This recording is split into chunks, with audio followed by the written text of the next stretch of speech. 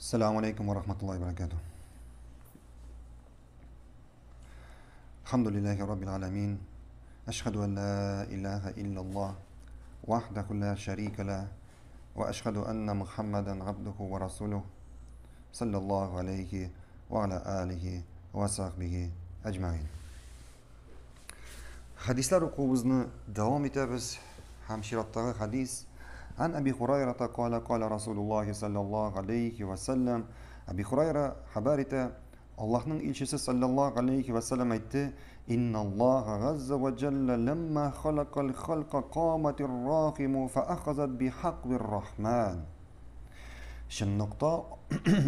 Şınlıkta Allah azze ve celle mahluklarını barlıkka getirgenden soň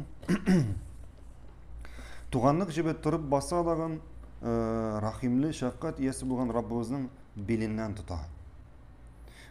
tutar. Allah'ın isim sıfatlarına kelgende bizning bir necha qoida bor. Agarda Allah subhanahu wa taala aytdikan Rahmanning belinden tutar deb. Bu belning nindi ekanini biz bilmaymiz. Nişik itip tuta ulanı tuğanlık gibi, nişik tuğanlık gibi gümümen söyleşe ala biz onu bilmeyimiz. Demek Allah şulay ettirdi, hem o şulay bulaşak. Hem Allah'ın diline kelgende, hem başka Allah'ın isim sıfatlarına kelgende bizning qoida var. Biz Allah'ın isim sıfatların Allah bizge nişik Kur'an'da, yani o'zining elchisi orqali payg'ambarimizning sunnatida xabar etgan, biz ularni shulay qabul etamiz. Çağıştırmışa, tinglashtirmişa bu isimlerini, sıfatlarını, o'zgartmişa, buzmışa, ham nishik etib so'rov bermişa.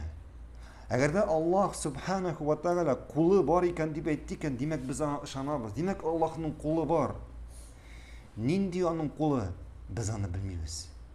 Çünkü Allah'ını bir kişi görmedi, hem o bir kimge de bir nesede ışamagan. Leysa kemisliki şey. Allah'a ışagan bir nesede yok. Allah'a ışagan tengdaş bir nerse de yok. Kızganışa karşı bugünkü günde koy bir akıl iyeleri Allah'ın isim sıfatların kiri kagalar. Allah o'zi turunda haber etken isim sıfatlarını kiri kagalar. Aytdilar, eğer biz Allah'ın kulu bor ekan deb aytamiz ekan, demek biz Allah'ın kişilerge o'xshatamiz deb aytdilar.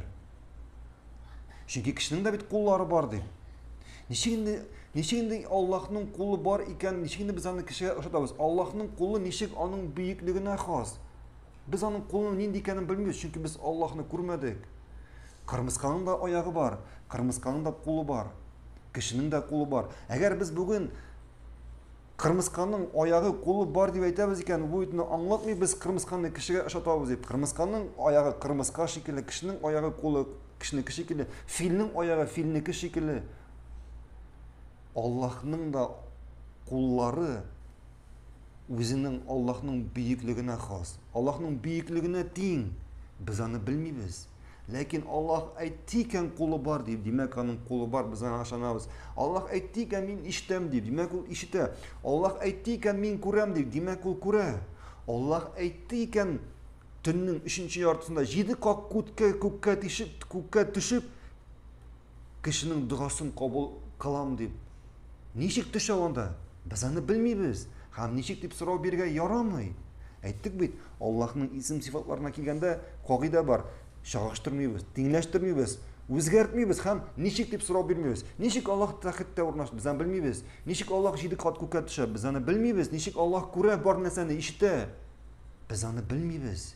Nechik deb so'rov berga yaramay. Shunga ko'ra bu hadisda degan Allah azza ve celle barliq mahluklarni borliqqa keltirgandan so'ng tuğanlık gibi turib bosib Rahim şefkat iyesinin belinden tutar. Faqala ma, şunda Rabbimiz aytadi, to'xtadi. Qalat haza maqamul aizi bika minal qati'a. Tuğanlık ham şunda tuğanlık gibi ayta, tuğanlık gibi üzülüden sina sıyıngan kişinin orunu bu dey. Qala na'am, şunda Rabbimiz aytdi. Әмә тардайна ән асила мән васалак ва ақтаға мән қатағак. Шунда Раббыбыз әйтә, туганлык җибенә син риза булмассыңмы ди, әгәр сине ныгыткан кеше белән, ягъни туганлык җибен ныгыткан кеше белән мин үземнең арамны ныгытсам ди Раббыбыз әйтә. Һәм инде сине üzгән кеше белән, ягъни туганлык җибен üzгән кеше белән мин арамны үзсәм, син риза булырсың микән ди. Қалат бәлә я Рабби. Шунда туганлык җибе әйтә, әлбәттә я Раббым ди. Кала фазака лак. Шунда Раббыбыз әйтә, бу синең хакың. Бу сиңа бирелгән хак. Кала Абу Хурайра сумма кала Расулуллах. Шунда Абу Хурайра әйтә, Аллаһның илчесе әйтте ди, икрау ин шиттум. Әгәр теләсәгез шушы аятны укыгыз. Фахал гасайтум ин таваллайтум ан туфсиду фил арди ва туқаттигу архамакум. Шулай булуы бар, Раббыбыз әйтте. Шулай булуы бар, әгәр сез кире борылсагыз, җирдә бозыклык кылып туганлык җепләрен өзәрсез. Улаика аллазина лаганакумуллаху фаасаммакум ва агма абсарахум. Алар шулардыр ки, кемнәргә Аллаһ ләгънәт кылып, аларны колаксыз һәм күзсез итте.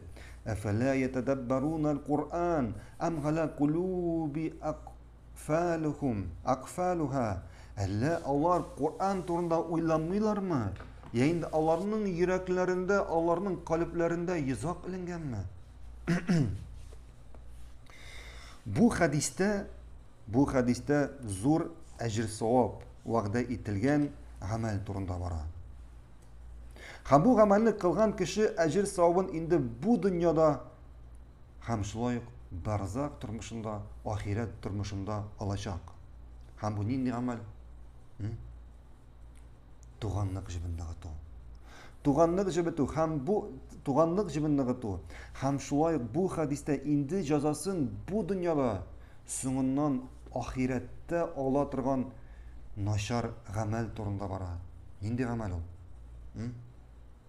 Туганлык җибен үзү. Туганлык җибен үзү. Һәм бу хадистә күргәнебезчә, Аллаһ Субхан Тәгалә әйтте, кемдә кем туганлык җибен ныгыта икән, Аллаһ бу кешедән үзенең арасын ныгыта.